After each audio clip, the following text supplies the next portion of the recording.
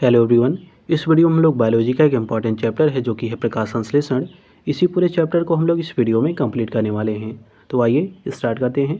तो देखिए पहला क्वेश्चन इसमें ये दिया हुआ, इसमें कह रहा है जो प्रकाश संश्लेषण होता है किसे कहा जाता है। तो ध्यान दीजिएगा, जो पौधे की कोशिकाएँ होती हैं इनमें उपस्थित जो पर्णहरित रहता है जिसको क्लोरोफिल कहा जाता है, इसी की सहायता से सूर्य की प्रकाश की उपस्थिति में कार्बन डाइऑक्साइड एवं जल, इन दोनों के संयोग से जो कार्बन युक्त यौगिक बनते हैं, जिनमें देखिए कार्बोहाइड्रेट बनता है और ग्लूकोज बनता है।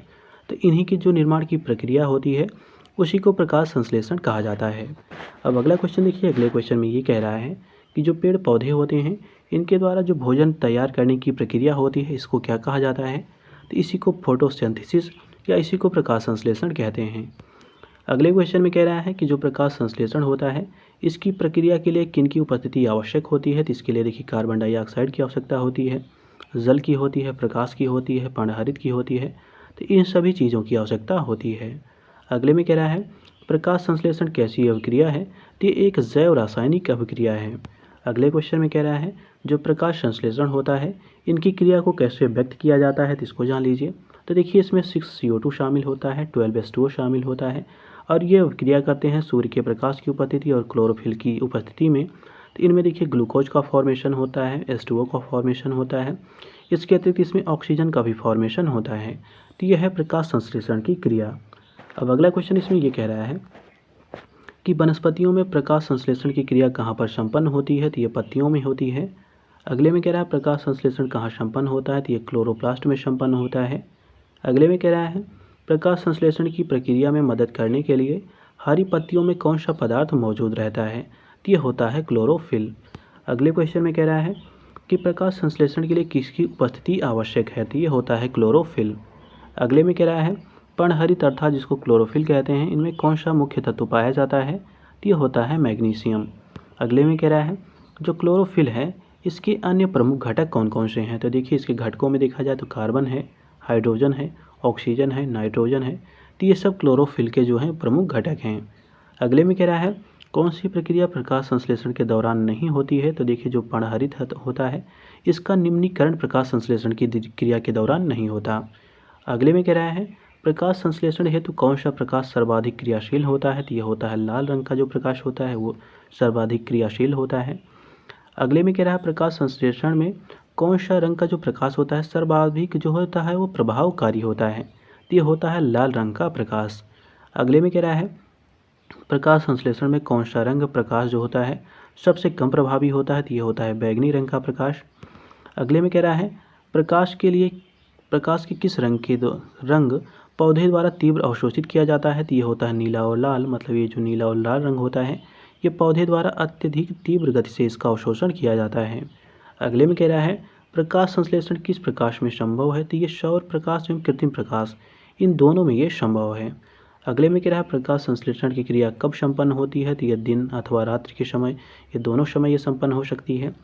अब अगला देखिए, अगले में ये कह रहा है कि जो प्रकाश संश्लेषण होता है इसकी क्रिया कितनी अवस्थाएं होती हैं। मतलब जो प्रकाश संश्लेषण होता है इस क्रिया की कितनी अवस्थाएं होती हैं।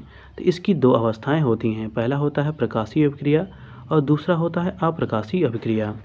अब अगला देखिए, अगले क्वेश्चन में ये कह रहा है कि जो प्रकाश संश्लेषण होता है इसके दौरान हरे पौधे जो होते हैं कौन सी गैस अवशोषित करते हैं। तो ये करते हैं कार्बन डाइऑक्साइड को। अगले में कह रहा है प्रकाश संश्लेषण में हरे पौधे में कौन सी क्रिया संपन्न होती है। तो ये कार्बन डाइऑक्साइड लेते हैं और ऑक्सीजन को छोड़ते हैं। अगले में कह रहा है प्रकाश संश्लेषण हेतु कौन सी गैस आवश्यक होती है। तो ये होती है कार्बन डाइऑक्साइड। अगले में कह रहा है प्रकाश संश्लेषण का प्रमुख उपोत्पाद क्या है। तो ये होता है ऑक्सीजन। मतलब प्रकाश संश्लेषण में कौन सा उत्पाद बनता है तो इसमें ऑक्सीजन का फॉर्मेशन होता है। अगले में कह रहा है प्रकाश संश्लेषण प्रक्रिया के लिए कौन सी गैस आवश्यक नहीं है। तो ये होती है ऑक्सीजन। मतलब ऑक्सीजन ज़्यादा आवश्यक ये नहीं होती है, इसका फॉर्मेशन बाद में प्रकाश संश्लेषण क्रिया के दौरान होता है। अगले में कह रहा है ऑक्सीजन जो प्रकाश संश्लेषण से उत्पन्न होती है कहाँ से ये आती है। तो ये आती है जल से। अगले में कह रहा है जल का प्रकाशीय अपघटन कहाँ पर संपन्न होता है। तो ये प्रकाश कर्म में संपन्न होता है। अगले में कह रहा है प्रकाश संश्लेषण के दौरान कौन से उत्पाद बनते हैं। तो ये ग्लूकोज बनता है, जल बनता है, ऑक्सीजन बनता है। अगले में कह रहा है प्रकाश संश्लेषण के किस स्तर पर ग्लूकोज का निर्माण होता है। तो ये केल्विन चक्र का जो स्तर होता है उसी पे ग्लूकोज का निर्माण होता है। अब अगला क्वेश्चन देखिए, अगले में ये कह रहा है पेड़ों में ऊर्जा उत्पन्न करने की प्रक्रिया को किस नाम से जाना जाता है? तो यह जाना जाता है प्रकाश संश्लेषण के नाम से। अगले में कह रहा है प्रकाश संश्लेषण की प्रक्रिया में पौधे जो होते हैं ऊर्जा का उपयोग कहाँ से करते हैं? तो ये करते हैं सौर ऊर्जा से। अगले में कह रहा है सौर ऊर्जा का अधिकतम जो स्थिरीकरण होता है, जिसको यौगिकीकरण भी कहा जाता है, किसके द्वारा किया जाता है? तो यह होता है हरे पौधों द्वारा। अगले में कह रहा है प्रकाश संश्लेषण में ऊर्जा का रूपांतरण किस प्रकार होता है? तो जो प्रकाश ऊर्जा होती है वो रासायनिक ऊर्जा में कन्वर्ट की जाती है। अगले में कह रहा है जो सौर ऊर्जा एटीपी होता है, इस सौर ऊर्जा एटीपी में कहाँ बदलती है? मतलब जो सौर ऊर्जा है वो एटीपी में कहाँ बदलती है, ये पूछा जा रहा है। तो ये बदलती है क्लोरोप्लास्ट में। अगले में कह रहा है प्रकाश संश्लेषण की प्रक्रिया में कितने एटीपी अणु ग्लूकोज के प्रत्येक अणु के संश्लेषण में शामिल होते हैं? तो ये होते हैं 18 अणु। अगले में कह रहा है प्रकाश जो ऊर्जा है इसका रासायनिक ऊर्जा में रूपांतरण किसके द्वारा होता है? तो ये होता है प्रकाश संश्लेषण के द्वारा। अगले में कह रहा है प्रकाश संश्लेषण में जो विकिरण ऊर्जा है, रासायनिक ऊर्जा है, इसमें बदलकर कहाँ पर संचित हो जाती है? तो ये खाद्य पदार्थों में ये संचित हो जाती है। अगले में कह रहा है प्रकाश संश्लेषण से प्राप्त ऊर्जा किस में परिवर्तित होकर संचित हो जाती है? तो ये स्थितिज ऊर्जा में संचित हो जाती है। अब अगले में कह रहा है पौधे द्वारा प्रकाश संश्लेषण के उपयोग की गई कौन सी ऊर्जा पृथ्वी पर जीवन का आधार है? तो ये होती है सौर ऊर्जा। कहने का मतलब ये है कि पौधे द्वारा प्रकाश संश्लेषण में जो उपयोग की गई ऊर्जा होती है उस पर जीवन का आधार क्या है? तो ये है सौर ऊर्जा। मतलब सौर की ऊर्जा द्वारा ही ये सारा कार्य किया जाता है। अगले में कह रहा है कौन अधिकतम कुशलतापूर्वक और ऊर्जा को रासायनिक ऊर्जा में परिवर्तित करता है? तो ये करता है क्लोरेला, जिसको हम लोग हरित शैवाल के भी नाम से जानते हैं। अब अगला क्वेश्चन देखिए, अगले में ये कह रहा है कि किस पादप का जो पूरा शरीर होता है, पूरा शरीर ही प्रकाश संश्लेषी होता है? तो ये होता है शैवाल अथवा हाइड्रोला। तो ये जो दोनों हैं ये क्या होते हैं? तो इनका पूरा शरीर ही प्रकाश संश्लेषी होता है। अगले में कह रहा है जो समुद्री वातावरण होता है इनमें मुख्य प्राथमिक उत्पादक कौन होते हैं? तो इसमें होते हैं फाइटोप्लैंक्टन्स होते हैं। अब अगले में देखिए, अगले में ये कह रहा है कि पृथ्वी पर अधिकांश ऑक्सीजन होती है किसके द्वारा उत्पादित होती है? तो शैवालों द्वारा उत्पादित होती है। अगले में कह रहा है जो शीती किस्म के पौधे हैं, शीतरी किस्म के, इनमें कह रहा है O2 की मौजूदगी तथा प्रकाश संश्लेषण की दर को कम करने को क्या कहा जाता है? तो इसी को बार वर्ग प्रभाव कहा जाता है। क्या कहा जाता है? बार वर्ग प्रभाव।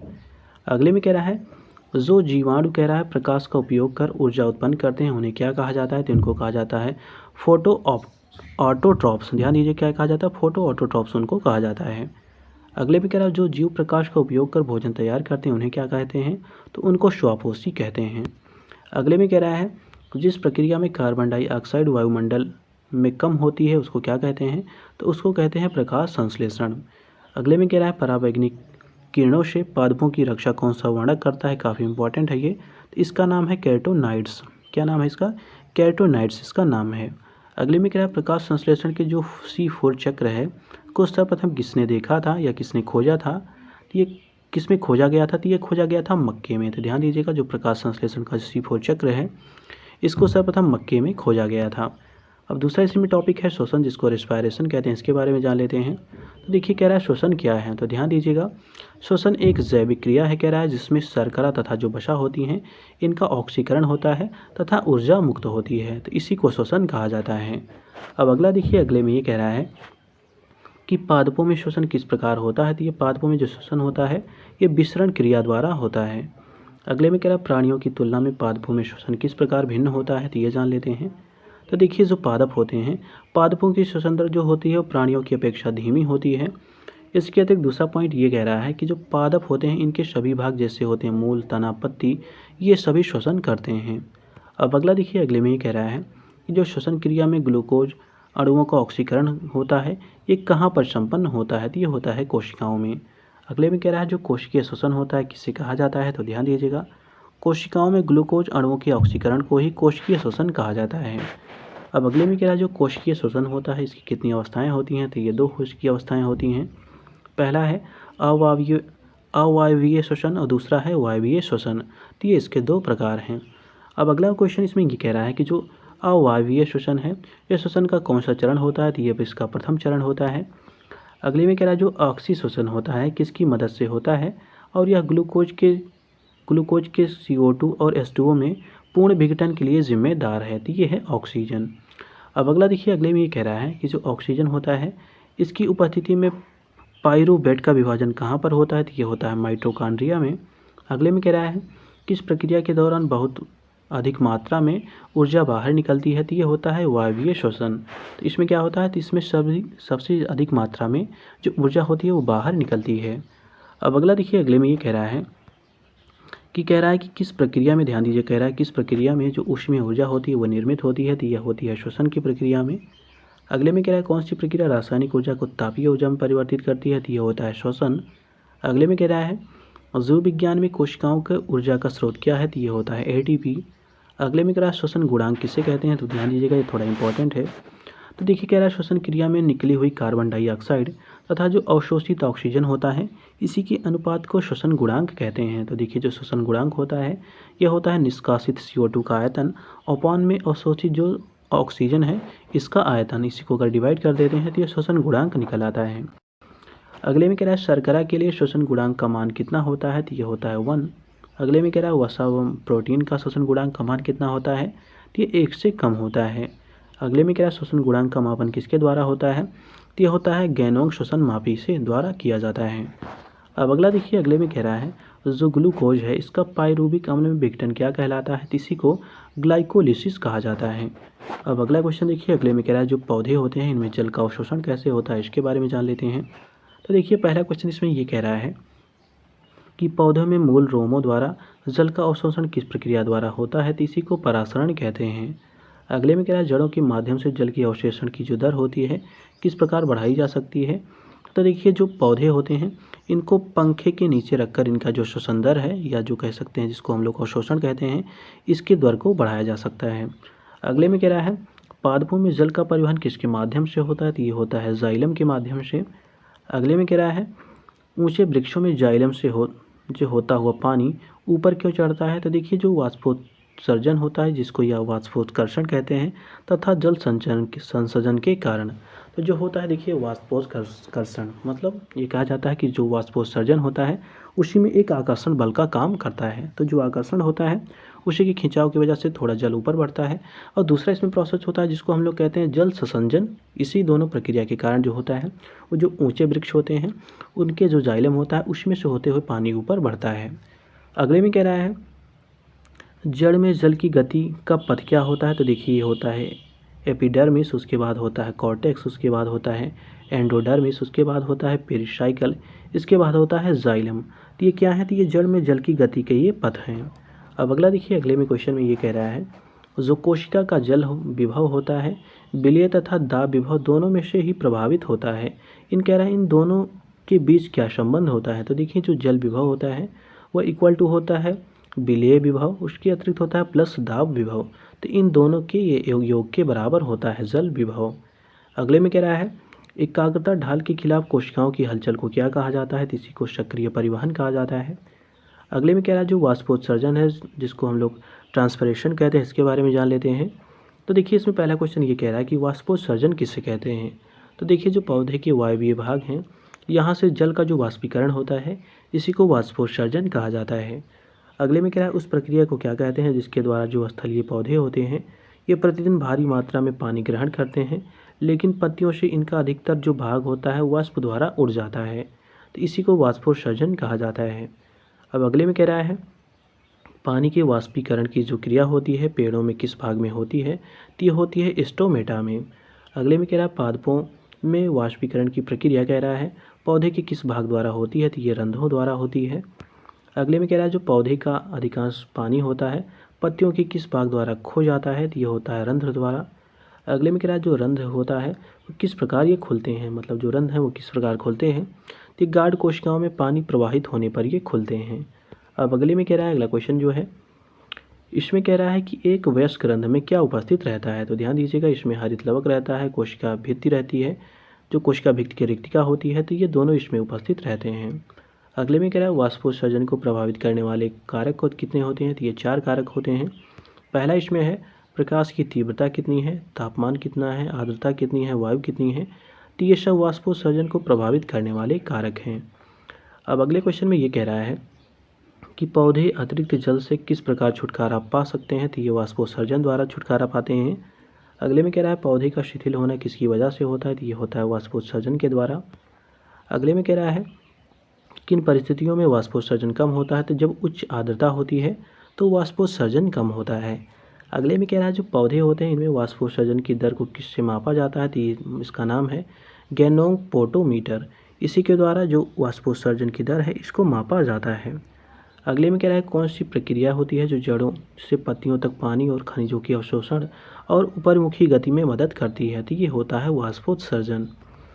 अगले में कह रहा है वन वातावरण में नमी को किस माध्यम से बढ़ाते हैं? तो ये वाष्पोत्सर्जन के माध्यम से बढ़ाते हैं। अब देखिए वाष्पोत्सर्जन के महत्व बताए गए, इनको जान लेते हैं। तो देखिए पहले महत्व में कह रहा है कि यह खनिज लवणों को जड़ से पत्तियों तक पहुंचाने में सहायता करता है, तो वाष्पोत्सर्जन का ये काम होता है। अगले में कह रहा है जो पौधे का तापक्रम होता है इसको संतुलित बनाने में भी ये काम करता है या मदद करता है, सहायता करता है। तीसरा इसका काम है कि जल अवशोषण व रसारोहण में मदद करता है। अगला इसका काम है वायुमंडल को नम बनाकर जो जल चक्र होता है इसको पूरे करने में यह मदद करता है। इसके अतिरिक्त प्रकाश संश्लेषण की क्रिया के लिए जल का संभरण भी ये करता है। तो ये सब वाष्पोत्सर्जन के महत्व हैं। अब अगला है पादप पोषण, जिसको हम लोग प्लांट न्यूट्रिएंट्स कहते हैं, इनके बारे में जान लेते हैं। तो देखिए पहला इसमें ये कह रहा है पादपों में पोषण की कितनी विधियाँ पाई जाती हैं? तो ये 2 विधियाँ होती हैं। पहला होता है स्वपोषी, दूसरा होता है परपोषी। अगले में कह रहा है जो स्वपोषी पादप होते हैं किन्हें कहते हैं? तो ऐसे जीव जो अपना भोज्य पदार्थ का निर्माण जो होता है वो स्वयं करते हैं, तो उनको स्वपोषी कहते हैं। अगले में कह रहा है जो स्वपोषी पोषण होता है किन में पाया जाता है? तो देखिए जो सभी हरे पौधे हैं, नीलहरित शैवाल हैं, जीवाणु हैं, अधिकांश एक कोशिकीय जो जीव हैं ये सभी स्वपोषी होते हैं। अगले में कह रहा है जो हरे पौधे होते हैं वो क्या होते हैं? तो ये स्वपोषी होते हैं। अगले में कह रहा है परपोषी पादप किसे कहते हैं? तो ऐसे जीव जो अपने भोजन कहते हैं, जो अपना भोजन होता है जिसका निर्माण स्वयं नहीं करते बल्कि वो दूसरे से प्राप्त करते हैं, तो इन्हीं को परपोषी कहते हैं। अगले में कह रहा है जो परपोषी पौधे होते हैं कितने प्रकार के होते हैं? तो ये 4 प्रकार के होते हैं। तो देखिए इसमें पहला होता है सहजीवी, दूसरा होता है परजीवी, तीसरा होता है मृतजीवी और चौथा होता है कीटभक्षी। तो ये परपोषी पौधों के 4 प्रकार हैं। अब अगला क्वेश्चन देखिए, अगले क्वेश्चन में ये कह रहा है कि सहजीवी संबंध किस में पाया जाता है? तो ये लाइकेन में पाया जाता है। अगले में कह रहा है माइकोराइजा एक सहजीवी प्रबंधक होता है। कह रहा है ये किन के मध्य ये काम करता है? तो ये कवक द्वारा पौधे के मध्य ये काम करता है। तो कहने का मतलब यह है कि जो माइकोराइजा है ये एक सहजीवी प्रबंधक है। ये किन के मध्य मतलब ये काम करता है सहजीवी का प्रबंधन? तो ये कवक और पौधों के मध्य ये क्या करता है? ये सहजीवी प्रबंधन का काम करता है। अगले में क्या है जो माइकोराइजा जड़ है इनके साथ किसका सहजीवी संगठन पाया जाता है? तो ये कवक के साथ पाया जाता है। अगले में कह रहा है परजीवी पौधा कौन सा है? तो ये है अमरबेल। अगले में कह रहा है पौधे में जो पानी होता है किसके द्वारा पहुंचाया जाता है? तो ये जाइलम के द्वारा पहुंचाया जाता है पौधों में। अगले में कह रहा है जो संवहनी पौधे होते हैं इनमें पानी ऊपर किसके द्वारा पहुंचता है? तो ये जाइलम टिश्यू द्वारा ये पहुंचता है। अगले में कह रहा है पादपों में जल संवाहक ऊतक को क्या कहते हैं? तो इसी को जाइलम कहा जाता है। तो जाइलम क्या है? तो एक तरह से ये संवहन ऊतक है। अगले में कह रहा है पेड़ पौधे में जलवहन के लिए मुख्यतः कौन जिम्मेदार है? तो ये होता है जाइलम। अगले में कह रहा है जाइलम का प्रमुख कार्य क्या है? तो ये अवशोषित जल खनिज लवण को पौधों के विभिन्न भागों तक पहुंचाने का काम करता है। अगले में कह रहा है कौन सा जीवित ऊतक उच्च वर्गीय पौधों में जैव पोषण वाहक का काम करता है? तो ये होता है फ्लोएम। अगले में कह रहा है पौधे में जो फ्लोएम होता है मुख्यतः किसके लिए उत्तरदायी होता है? तो ये आहार जो इसका होता है, आहार इसी के वहन के लिए उत्तरदायी होता है। मतलब जो आहार होता है उसी को पूरे जो पौधा होता है उसमें फैलाने का काम करता है। तो ये काम है फ्लोएम का। अब अगले में कह रहा है पौधे में आहार वहन के लिए मुख्यतः कौन उत्तरदायी होता है? तो ये होता है फ्लोएम। अगले में कह रहा है वाष्ट ऊतक किससे कहते हैं? तो ये कहते हैं फ्लोएम को। तो फ्लोएम क्या है? एक ये वाष्ट ऊतक है। अगले में कह रहा है जब किसी वृक्ष की छाल वृक्ष के आधार के पास गोलाकार चारों तरफ से हटा दी जाती है तो वह वृक्ष धीरे धीरे सूख कर क्यों मर जाता है? क्योंकि देखिए जो जड़ें होती हैं ये ऊर्जा से वंचित रह जाती हैं। इस वजह से क्या होता है, ये जो पौधा होता है ये सूख जाता है। अब अगले में कह रहा है कौन सा जो पादप होता है कुछ या अधिकांश रूप में अपना जो पोषण होता है कीड़े मकोड़ों अन्य संधिपाद जीवों से उनको फंसाकर उनका उपभोग करके प्राप्त करता है? तो ये होता है कैलिफोर्निया घटपांडी पौधा। अगला देखिए, अगले में कह रहा है पराश्रित पौधे का उदाहरण कौन सा है? तो ये है घटपांडी पौधा। अगले में कह रहा है कीट भक्षी पौधे किस पोषक तत्व की कमी वाली मृदा में उगते हैं? तो जहाँ पे नाइट्रोजन की कमी होती है तो वहाँ पे ये घटभक्षी जो पौधे होते हैं वो उगते हैं, जो कि काम क्या करते हैं? तो जो कि नाइट्रोजन वाले जो जीव होते हैं उनको ये अपने में फंसाकर उनका क्या करते हैं, उनको ये भोजन बनाते हैं। अब अगला देखिए, अगले में कह रहा है जो पादप होते हैं इनमें पोषण की विधियाँ कौन कौन सी हैं। तो देखिए, स्वपोषी होते हैं, परपोषी होते हैं। तो स्वपोषी के अंतर्गत सभी पौधे हैं जो हरे और लाल बैगनी कलर के जो बैक्टीरिया हैं, तो ये सब क्या हैं, ये सब स्वपोषी के एग्जाम्पल हैं। परपोषी की बात की जाए तो देखिए, इनमें 4 कैटेगरी जो थी, सहजीवी हैं, परजीवी हैं, मृतजीवी हैं, कीटभक्षी हैं। तो सहजीवी में लाइकेन और माइकोराइजा आते हैं। परजीवी में देखिए पूर्ण और आंशिक 2 इसका कैटेगराइजेशन है। इसके बाद देखिए जो मृतजीवी होते हैं इनको एगैरिकस और पाइजोपस, इन 2 कैटेगरी में इनको डिवाइड किया गया है। कीटभक्षियों में देखा जाए तो इसमें देखिए नेफेंथीस पहला इसका पार्टीशन है, दूसरा है ड्रोसेरा और तीसरा है इसमें डायोनिया। तो ये 3 इसके कैटेगराइजेशन हैं। किसके हैं ये? तो ये हैं कीटभक्षी के। अब अगला देखिए, अगले में कह रहा है, जो फसल लॉगिंग है ये विधि क्या होती है। तो ध्यान दीजिएगा, जो फसल लॉगिंग होती है इसमें फसल उत्पादन के लिए पोषक तत्वों की आवश्यकता जानने के लिए पौधे का विश्लेषण किया जाता है। तो मतलब फसल उत्पादन के लिए जो पोषक तत्व होंगे, कितनी आवश्यकता किस पौधे को होगी या किस फसल को होगी, तो इसी की आवश्यकता को जानना ही क्या कहा जाता है, तो इसी को लॉगिंग कहा जाता है। अगले में कह रहा है, पौधे के लिए कितने पोषक तत्व आवश्यक होते हैं जो हवा, पानी और मृदा से प्राप्त होते हैं। तो ये होते हैं 17 पोषक तत्व। अगले में कह रहा है, पौधे को मृदा से प्राप्त होने वाले पोषक तत्वों में किसमें बृहद पोषक तत्व होते हैं। तो मतलब जो कितने पोषक तत्व होते हैं पूछा जा रहा है। तो 9 तत्व जो होते हैं जो कि मृदा से प्राप्त होते हैं, ये पौधों के लिए आवश्यक होते हैं। अगले में कह रहा है, पौधों को मृदा से प्राप्त होने वाले पोषक तत्वों में कितने सूक्ष्म पोषक तत्व होते हैं। तो ये होते हैं 9, ये होते हैं 8 पोषक तत्व। मतलब कि कहने का मतलब ये है कि जो पौधे होते हैं इनको मृदा से प्राप्त होने वाले पूछा जा रहा है कि सूक्ष्म तत्वों में, ध्यान दीजिएगा, सूक्ष्म पोषक तत्वों में 8 होते हैं।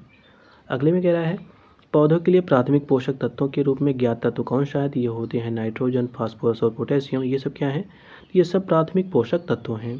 कह रहा है, जो क्रांतिक तत्व होते हैं ये कौन कौन से होते हैं। तो ये होते हैं नाइट्रोजन, फास्फोरस और पोटेशियम। तो इन्हीं को क्रांतिक तत्व कहिए या प्राथमिक पोषक तत्व कहिए, ये दोनों सेम हैं। अब अगले में कह रहा है, पादपों से मिट्टी में अवशोषित किया गया नाइट्रेट किस में परिवर्तित हो जाता है। तो ये मुक्त नाइट्रोजन में परिवर्तित हो जाता है। अगले में कह रहा है, पौधे में प्रोटीन तथा न्यूक्लिक अम्ल के निर्माण में कौन सा जो तत्व होता है मुख्य रूप से उत्तरदायी होता है। तो ये होता है नाइट्रोजन। अगले में कह रहा है, मिट्टी में नाइट्रोजन स्थिरीकरण को कौन प्रेरित करता है। तो ये सब जीवाणु करते हैं। अब अगले क्वेश्चन में ये कह रहा है कि नाइट्रोजन स्थिरीकरण एक प्रक्रिया है जिसमें कह रहा है कि जो आणविक नाइट्रोजन होता है किस में रूपांतरित होता है। तो ये अमोनिया में रूपांतरित होता है। अगले में कह रहा है, सिम्बायोटिक जीवाणु जो कि वातावरणीय नाइट्रोजन के स्थिरीकरण के लिए उत्तरदायी होते हैं किन में पाए जाते हैं। तो ये सब मटर में पाए जाते हैं। अगले में कह रहा है, पादपों में कोशिकाओं के निर्माण तथा कह रहा है फसलों की परिपक्वता में किस तत्व की महत्वपूर्ण भूमिका होती है। तो ये होता है फास्फोरस। अगले में कह रहा है, पौधों की वृद्धि में किस तत्व की महत्वपूर्ण भूमिका होती है। तो ये होता है पोटेशियम। मतलब पोटेशियम क्या करता है, ये पौधे की वृद्धि में भूमिका निभाता है।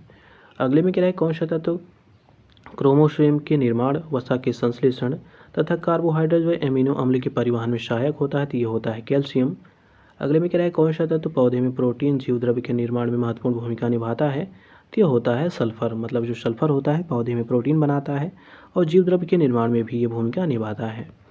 अगले में कह रहा है, कौन सा पौधों की जो शाकीय वृद्धि है इसको प्रोत्साहित करता है तथा बीज निर्माण को उत्तेजित करता है। तो ये होता है सल्फर। अगले में कह रहा है, पौधों में गंधक की कमी के लक्षण जो होते हैं सर्वप्रथम कहाँ पर प्रकट होते हैं। तो जो ऊपरी पत्ती होती है यहाँ पे ये प्रकट होते हैं। अगले में कह रहा है, जो पौधे होते हैं इनकी कोशिका भित्ति तथा जीव द्रव्य जो हैं इनके निर्माण में कौन से तत्व महत्वपूर्ण भूमिका निभाते हैं। तो ये होते हैं कार्बन, हाइड्रोजन और ऑक्सीजन। अगले में कह रहा है, पादपों में सबसे प्रचुर मात्रा में कौन सा तत्व रहता है। तो ये होता है कार्बन। अगले में कह रहा है, पौधे के लिए सूक्ष्म पोषक तत्व कौन से हैं। तो ये है लोहा और क्लोरीन। अगले में कह रहा है, कौन से तत्व श्वसन क्रिया में महत्वपूर्ण भूमिका निभाते हैं। तो ये होते हैं लोहा। अगले में कह रहा है, पौधे के कौन सा तत्व नाइट्राइट से नाइट्रेट बनाने में महत्वपूर्ण भूमिका निभाता है। तो ये होता है मैग्नीज। मैग्नीज क्या काम करता है, तो ये पौधे के जो तत्व हैं जिनको हम लोग नाइट्राइट कहते हैं, तो नाइट्राइट से ये नाइट्रोजन बनाने में महत्वपूर्ण भूमिका निभाता है, ये है मैग्नीज। अब अगला देखिए, अगले क्वेश्चन में ये कह रहा है कि कौन सा पोषक तत्व जो रहता है, कह रहा है दलहनी फसलों की गांठ के गठन के लिए आवश्यक होता है। तो ये होता है बोरान। अगले में कह रहा है, पौधे में वे कार्बोहाइड्रेट जिन्हें तुरंत उपयोग नहीं किया जाता है जिन्हें किस रूप में संग्रहित किया जाता है। तो ये होते हैं स्टार्च के रूप में संग्रहित रहते हैं। अगले में कह रहा है, पौधे जो रहते हैं प्रोटीन का संश्लेषण किसके माध्यम से करते हैं। तो ये एमिनो अम्ल के माध्यम से करते हैं। अगले में कह रहा है, कौन सा जीव अपने जो भोजन है वो अकार्बनिक पदार्थों से निर्मित करता है। तो ये होता है रबर का पौधा। अगले में कह रहा है, जलीय जीवाणुओं के जो प्रमुख खाद्य स्रोत हैं वो क्या क्या हैं, तो ये हैं पादप कवक। जो पादप प्लवक होते हैं वो जलीय जीवाणुओं के प्रमुख खाद्य स्रोत हैं। अब अगले में क्या है, जो पोषक तत्व हैं, जो बृहद पोषक तत्व हैं, सूक्ष्म पोषक तत्व हैं, काफ़ी इंपॉर्टेंट हैं, डायरेक्टली पूछे जाते हैं कि कौन कौन से, ऐसे 4 ऑप्शन दे दिए जाएंगे, पूछे जाएंगे इसमें से कौन बृहद पोषक तत्व हैं या कौन से सूक्ष्म पोषक तत्व हैं, तो ये काफ़ी इंपॉर्टेंट है। तो देखिए बृहद पोषक तत्वों की बात की जाती है, इनमें देखिए नाइट्रोजन होता है, फास्फोरस होता है, पोटेशियम होता है, कैल्शियम होता है, मैग्नीशियम होता है, सल्फर होता है, कार्बन होता है, हाइड्रोजन होता है। इसके अतिरिक्त देखिए इसमें ऑक्सीजन होता है। तो ये सब क्या है, तो ये सब जो हैं वो हैं बृहद पोषक तत्व। अब दूसरा देखिए जो सूक्ष्म पोषक तत्व हैं ये काफ़ी इंपॉर्टेंट है। तो देखिए इसमें आयरन होता है, मैग्नीज होता है, बोरान होता है, जिंक होता है, कॉपर होता है, मॉलिब्डेनम होता है, क्लोरीन होता है, निकल होता है। तो ये सब सूक्ष्म पोषक तत्व के एग्जाम्पल्स हैं। अब अगला देखिए अगले में कह रहा है पादपों में पोषक तत्वों की कमी से होने वाले जो प्रमुख रोग कौन से हैं, काफ़ी इंपॉर्टेंट है, ये भी बहुत बार पूछा जाता है। तो देखिए पादपों के रूप में पहला है धान का खैरा रोग, ये जिंक की कमी से होता है, बहुत बार पूछा गया है। मटर का देखिए मार्स रोग, तो ध्यान दीजिएगा मार्स रोग किससे रिलेटेड है, तो ये मटर से है, ये भी पूछा जा सकता है। तो ये होता है मैग्नीज की कमी से। अगला है फूल गोभी का विपटेल रोग जो होता है वो मॉलिब्डेनम की कमी से होता है। नींबू का जो डाईबैक रोग है, ध्यान दीजिएगा डाईबैक रोग डायरेक्ट पूछा जाता है कि किससे संबंधित है, तो डाईबैक जो रोग है वो नींबू से संबंधित है। ये तांबा कॉपर की कमी से होता है। अगले में क्या है, जो आम का लिटिल लीफ रोग होता है ये जस्ते की कमी से होता है। जो नींबू का लिटिल लीफ रोग होता है ये जस्ते की कमी से ये भी होता है। चाहे वो आम हो या फिर नींबू हो, इनमें जो लिटिल लीफ रोग होता है ये जस्ते की कमी से होता है। अगले में क्या है, मक्के में सफ़ेद कली रोग किससे होता है, तो ये जस्ता जिंक की कमी से होता है। फूल गोभी में जो ब्राउनिंग रोग होता है वो बोरान की कमी से होता है। चुकंदर का जो हॉट रॉड रोग है, ध्यान दीजिएगा जो हॉट रॉड रोग है ये चुकंदर में पाया जाता है और ये बोरान की कमी से होता है। अब अगला देखिए दिया गया है पौधों में अनुकूलन, इससे रिलेटेड जो क्वेश्चन दिए गए हैं इनको जान लेते हैं। तो कह रहा है जल में उगने या तैरने वाले पौधों को क्या कहते हैं, तो इनको जलोद्भिद कहते हैं, जिनको हाइड्रोफाइट्स कहा जाता है इंग्लिश में। अगले में कह रहा है लवणीय जल में उगने वाले पौधों को क्या कहते हैं, जिसको लवणोद्भिद कहते हैं, जिसको हेलोफाइट्स कहते हैं। अगले में कह रहा है नमक युक्त जो मिट्टी होती है इसमें उगने वाले पौधों को क्या कहते हैं, तो इसको लवणोद्भिद कहते हैं या इसी को हेलोफाइट्स कहा जाता है। खारे पानी में जो उगते हैं पौधे इन्हीं को हेलोफाइट्स कहा जाता है। अब अगला क्वेश्चन देखिए अगले में क्या दिया गया है। तो अगले में कह रहा है कुछ पौधे जैसे कह रहा है राइजोफोरा जो हैं, जो अनूप क्षेत्रों जिनको हम लोग स्वैम्प एरिया कहते हैं इनमें उगते हैं। इनमें बहुत सी मूल भूमि से ऊपर वायु में निकली हुई जड़ें पाई जाती हैं। ऐसी मूल को क्या कहते हैं, तो इसी को श्वसन मूल कहते हैं, मतलब जो बाहर निकली जड़ें रहती हैं। तो इसी के माध्यम से जो स्वैम्प वन होते हैं जिसको हम लोग कहते हैं मैंग्रोव फॉरेस्ट, तो इनकी ये श्वसन मूलें होती हैं जो कि ऊपर निकली हुई होती हैं। अगले में कह रहा है श्वसन करने वाली जड़ें किस में पाई जाती हैं, तो ये मैंग्रोव पौधों में पाई जाती हैं। अगले में कह रहा है जो शुष्क जलवायु होती है इनमें भली भांत अनुकूलित जो पेड़ पौधे होते हैं उनको क्या कहते हैं, जिसको मरुद्भिद कहते हैं, जिसको जो कहते हैं मरुस्थल में पाई जाती हैं, तो ये सब मरुद्भिद पौधे होते हैं। अगले में कह रहा है सूखे या शारीरिक रूप से सूखे आवास में जीने के लिए अनुकूलित पौधों को क्या कहते हैं, इसी को मरुद्भिद या इंग्लिश में इसको जीरोफाइट्स कहते हैं। तो जीरो से ध्यान दीजिएगा, जहाँ पे वाटर की अवेलेबिलिटी हो वो जीरो हो तो उसी को जीरोफाइट्स कहा जाता है। अगले में कह रहा है मरुस्थल में उगने वाले पौधों क्या कहते हैं, तो इसको जीरोफाइट्स कहते हैं, मतलब पानी की जीरो उपलब्धता है इसलिए इसको जीरोफाइट कहा जा रहा है। अगले में कह रहा है मरुभूमि में अधिकतम पादप क्या होते हैं, तो ये होते हैं मांसल। अगले में कह रहा है रेगिस्तानी जो पौधे होते हैं इनकी बाह्य त्वचा जिसको एपिडर्मिस कहा जाता है में किसकी एक मोटी परत पाई जाती है, तो ये क्यूटिन की मोटी परत पाई जाती है। अगले में कह रहा है किस पौधे में तने की जो कक्षीय कलिका होती है या काष्ठीय होती है, ये कह रहा है सीधे तथा नुकीले कांटों में रूपांतरित हो जाती है, तो ये होते हैं बोगेनविलिया। ये जो पौधा होता है इसके कह रहा है जो तने में कक्षीय कलिकाएं होती हैं ये सीधे कांटे के रूप में परिवर्तित हो जाती हैं। अगले में कह रहा है जो मरुस्थलीय पौधे होते हैं इनकी जड़ी लंबी क्यों होती हैं, क्योंकि देखिए पानी की तलाश में ये जड़ी अधिक लंबाई तक हो जाती हैं। अगले में कह रहा है ऐसे पादप जिनमें कह रहा है फ्रियोटोफाइट्स मिलते हैं, कहाँ पर पाए जाते हैं, तो मरुस्थल में ये सब पाए जाते हैं और ये लंबी इसमें मूसला जड़ें पाई जाती हैं जो कि 25 से 30 मीटर लंबी जड़ें हो सकती हैं। अब अगले क्वेश्चन में कह रहा है जो मरुद्भिद है या जिसको हम लोग मरुस्थलीय पादप कहते हैं इसके अंतर्गत कौन कौन से पौधे आते हैं, तो इसके देखिए मदार आता है, कैक्टस आता है, एलोवेरा आता है, ब्रोफिल्म्स आते हैं, तो ये सब क्या है, तो ये सब मरुस्थलीय पादप के एग्जाम्पल्स हैं। अगले में कह रहा है एपीफाइट्स वे पौधे होते हैं जो अन्य पौधों पर निर्भर रहते हैं। किस लिए निर्भर रहते हैं, तो ये आंतरिक अवलंब के लिए निर्भर रहते हैं, मतलब इनको बढ़ना है तो उसी पर लपेट लपेट के ऊपर बढ़ेंगे, मतलब ये यांत्रिक सहारा के लिए ये एपीफाइट्स पौधे होते हैं। अब अगला देखिए अगले में कह रहा है किस में कह रहा है होस्टोरिया या चूसने वाली जड़ें पाई जाती हैं, तो ये पाई जाती हैं अमर बेल में। अगले में कह रहा है चट्टान पर उगने वाले पादप को क्या कहते हैं, तो इसको शैलोद्भिद कहते हैं। अगला दिया गया है पादप की गतियाँ होती हैं, प्लांट मूवमेंट्स जिनको कहते हैं, इनके बारे में जान लेते हैं। तो देखिए कह रहा है प्रकाशानुवर्त किसे कहते हैं, तो ध्यान दीजिएगा जो पौधे की प्रकाश की दिशा में बढ़ना होता है इसी को प्रकाशानुवर्त कहते हैं। अगले में कह रहा है जो पौधे होते हैं इनके किसी अंग की वृद्धि या गति जिसको कहते हैं जब किसी विशिष्ट उद्दीपक की ओर होती है तो इस प्रक्रिया को क्या कहते हैं, तो इसे धनात्मक अनुवर्तन कहते हैं। क्या कहते हैं, धनात्मक अनुवर्तन कहा जाता है।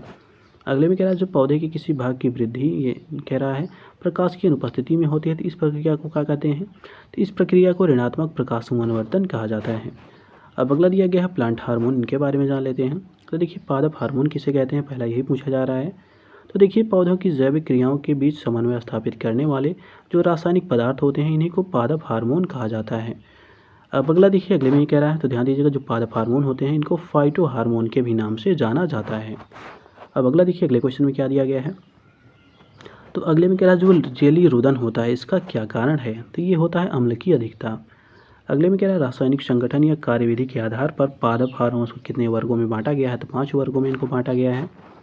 पहला है ऑक्सिन, जिब्रेलिन, साइटोकाइनिन, एब्सिसिक अम्ल, एब्सिसिक एसिड और एथिलीन। तो ये 5 इसकी कैटेगरी हैं या 5 इसके पार्ट हैं।